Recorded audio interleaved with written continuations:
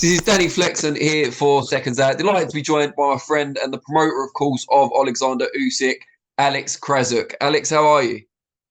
All good, thank you. Yourself doing fine? I am good, thank you. You're here, you're in the UK. I think most people know that by now. Hoping to get the deal between Tyson Fury, Oleksandr Usyk over the line. We'll talk about that in more detail shortly, but how long are you planning to stay and when are you going to be meeting with the other side of these negotiations? Well, I've been in talks with Queensbury since, let's say, July last year, before even Usyk fought AJ second fight. Everyone was quite confident that he will be declared the winner. So we started the discussions at that time. And since that time, we are in talks, but unfortunately, only in talks. Nothing serious. Nothing serious happened by this time. So we are now at the point that the fight is not coordinated yet. It's not settled yet, and it's very difficult to anticipate what's gonna be in the future, in the nearest future, because we are very short of time. We are under severe time pressure.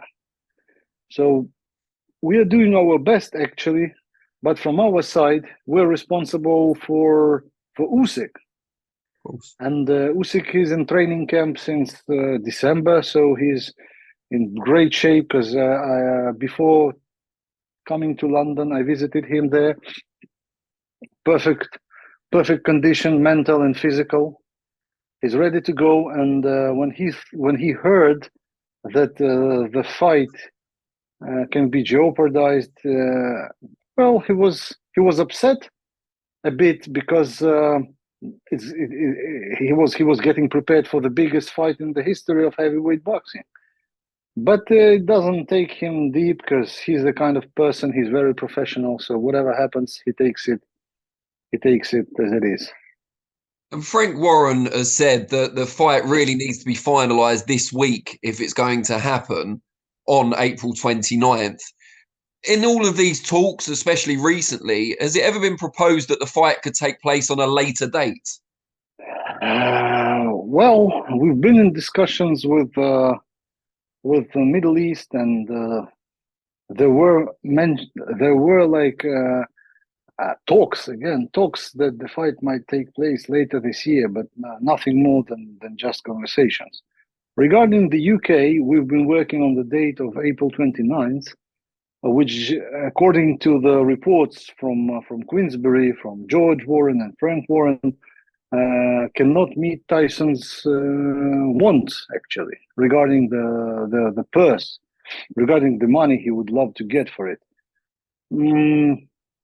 So it's not about the split, because the last thing we've offered to Tyson was the 60-40 split, and the winner takes it all. I mean, the winner takes the 60. I think it's natural. It's good for boxing. It motivates the fighters, and the good thing is that Tyson is really confident that he can easily go through the middleweight, the rabbit.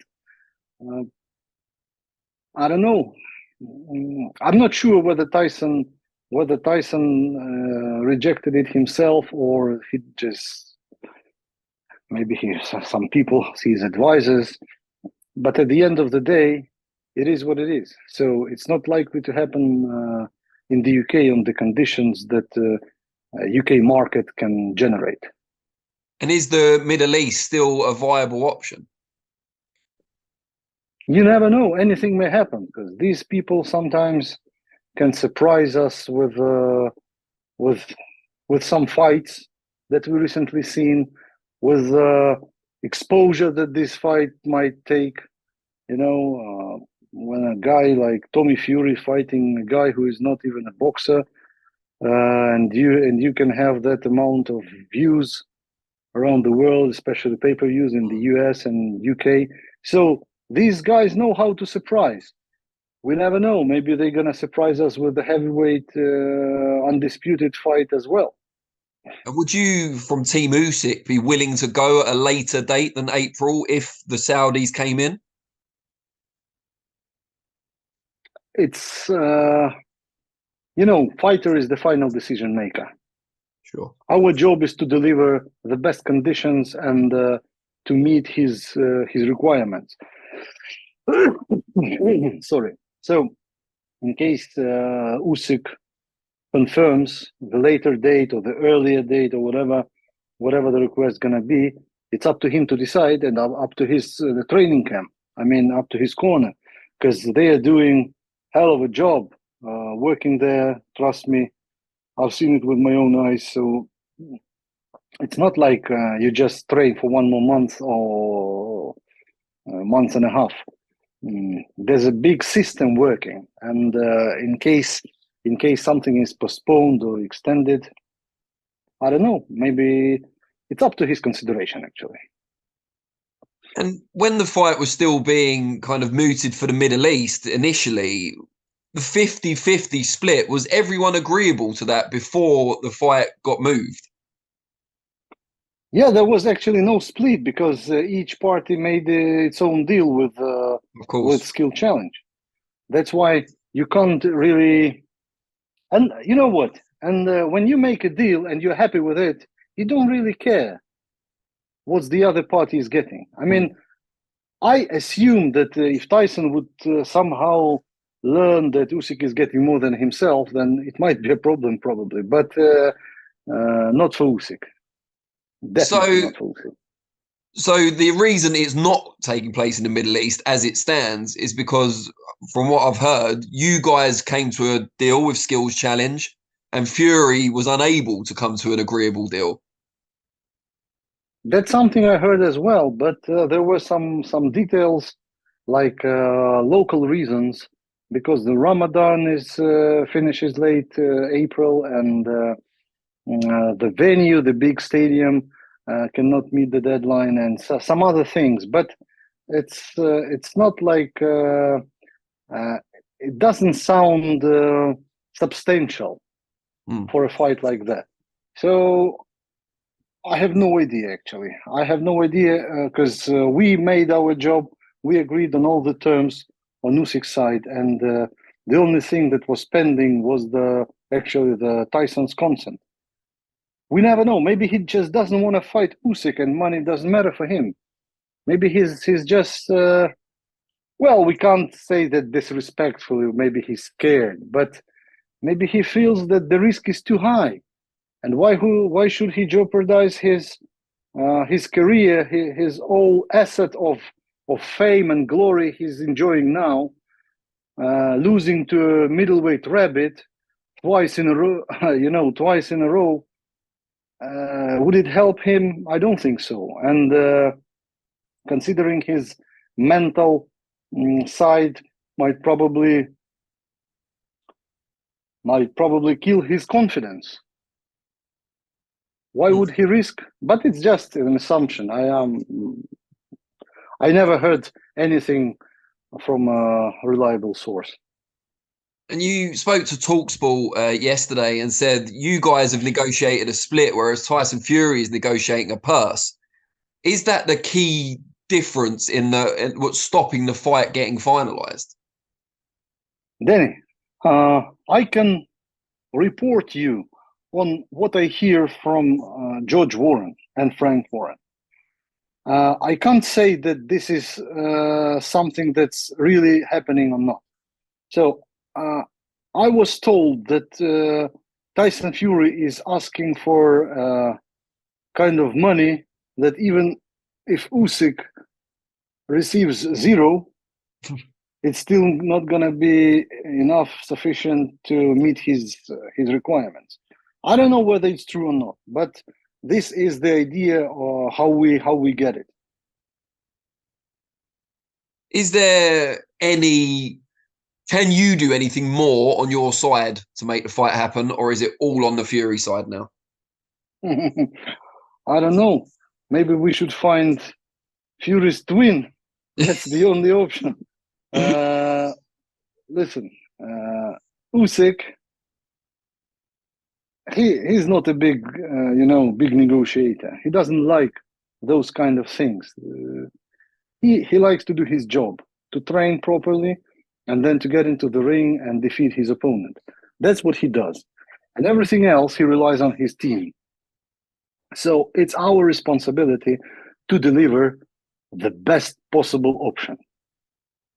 In these three words, best possible option, we have like the meaning of whatever options are, we will work on the best one for Usyk. It doesn't mean the biggest, it means the best option that in case he fights being loyal to his opponent in the first fight, he will get the reimbursement of his loyalty in the second. That's actually what happened with AJ. So the initial split was quite poor, but the second fight paid off his loyalty, and that's our approach. That's how we treat our business. I mean, we're not fighting for each dollar or pound. We are fighting for glory, for fame, for legacy. And money is something that comes its way. I mean, you can't fight for an undisputed heavyweight championship for free.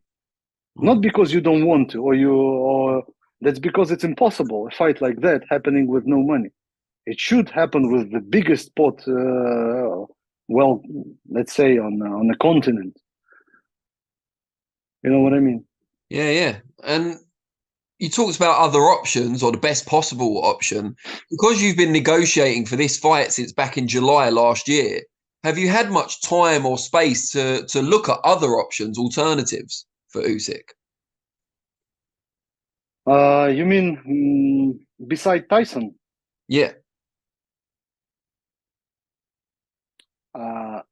Being the unified champion is not only has two sides: the positive side and the negative side. The positive side, you get money, you get glory, you get recognition, everything like that. But the negative side is that you are stuck in a very narrow space between the sanctioning bodies, who would definitely push you to the mandatories. Usyk is in the position of, well, he gained his title as the mandatory himself. Then he made the rematch as the voluntary defense with AJ, the second fight. So now all the mandatories are due to him. And the time frame is quite limited. So whatever happens, if the big fight is not taking place, Usyk will have to comply with the official challengers. Otherwise, he will have to vacate or he will be stripped. This is a matter of the rule, of common knowledge. So, of course, there's the significant difference between the fight with Tyson and the fight, let's say, with Daniel Dubois or Filip Hrgovic. But if you want to be in the book of history, I mean, in the history book of boxing, of history, I don't know how to say properly, but I know what you mean. If you want your name to be put in there with the golden letters, you have to go through it. It's easy. I mean, it's not about money. It's about glory. It's about achievements. It's about success. How you treat it. And if it is Daniel Dubois, of course, that will just mean more negotiations with Queensbury. Yeah. Hopefully the negotiations could end at some point, positive or negative, because we are all extremely tired of talks. We want to do something considerable. We want to know if Tyson is in or not, because I would be asking during negotiations. Actually, I asked to give me Tyson for 5 minutes in a personal conversation, and I bet we would be having a fight. But it's in boxing business. Promoter is taking care of his kid or of his client. That's why it normally doesn't happen. And is Frank Warren correct that it needs to happen by the end of this week? Is there any latitude for negotiations beyond that point? Yeah. We have the deadlines set by the sanctioning bodies. In case we don't make a deal, then we will have to go to the mandatory. So are you meeting with Queensbury for the rest of this week then? Is that kind of your schedule? Tomorrow noon, I'm seeing George Warren with the attempt to fix somehow, whether we do it or not. By that time, maybe something can change. If not, then we'll go with the mandatory. And if this fight, as you said, the biggest fight in heavyweight boxing history, the first for 4 belts in this era, or the first for 4 belts at all, if it doesn't happen, do you place the blame squarely on Tyson Fury, or is there other blame to go around? Listen, we are professionals. We are not blaming anyone. If we suffer some discomfort or some troubles, we used to blame ourselves being the reason of our own troubles. I mean, it's up to anyone. We are not here to judge. We are here to make our job, to do our job. If we do it properly, then we have the good result. If we do not, then the result is negative. Means we are not planning to blame anyone. Whether he ducks, whether he is not happy with the money, maybe something's wrong with his body, maybe something's wrong with his mental state. We don't know, and we won't judge him. He is the champion. He is the man. He is the star. He is the big champion. Why should we treat him disrespectful? No, all respect to Tyson. If he doesn't want to fight, well, the good thing is to admit it publicly then, so we don't lose time. We just go take our way and then go with it. No guilt on him. Do you have a feeling, though, that if this fight doesn't happen now or in April, it may never happen? There's always a chance. Even if you have a signed contract and you announced it, and let's say the guys are almost in the ring, the fight might not take place. I tell you some interesting story. My first experience in working with Queensbury and Tyson Fury. I think it was 2014 when Tyson Fury was supposed to fight Derek Chisora. And I was promoting a heavyweight whose name was Oleksandr Usyk, who was Derek's sparring partner here in the UK. And there was like a spar and there was an injury caused by Ustinov to, I don't remember exactly, probably it was a broken rib. So Derek couldn't make it with Tyson.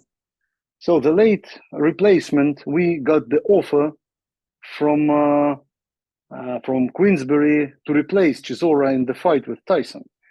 It was a very, very short notice, something like, I don't know, maybe 7 days, maybe even less. As long as Ustinov was here in the UK, his trainer was with him. So I took the plane, came to Manchester. We were promised to get the signed contract before the weigh-in. Unfortunately, we didn't get one. So there was the weigh-in actually taking place. We still have some records on YouTube. Tyson started to talk to 138 kilogram Ustinov.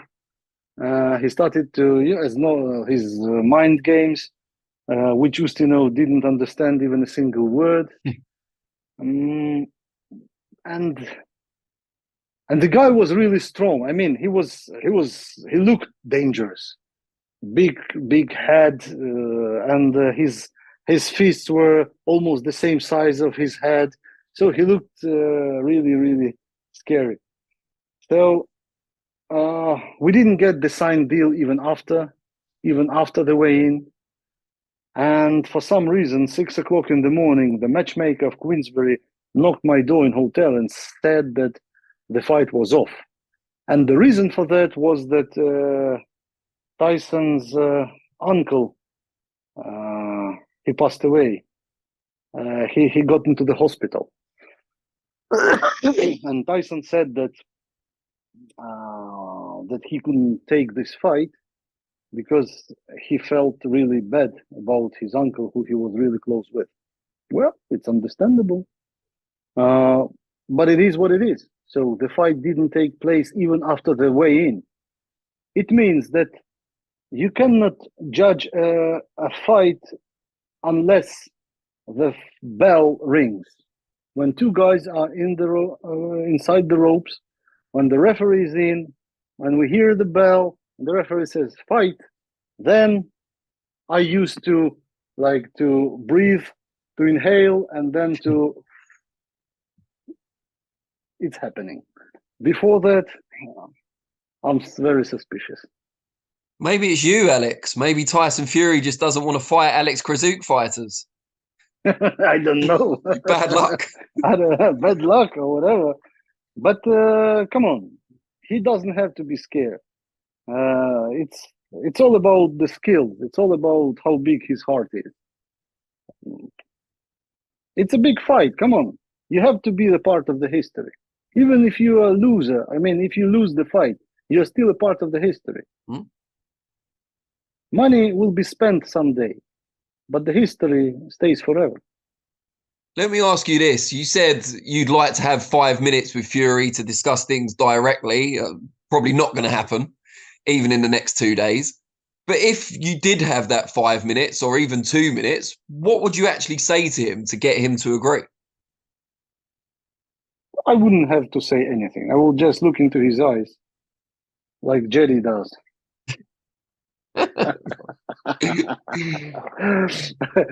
No, I'm kidding. I wouldn't talk much. I would just say that we are professionals. We are here not for games. We're not for mind games, not for stupid, silly business games. We are professionals, all of us.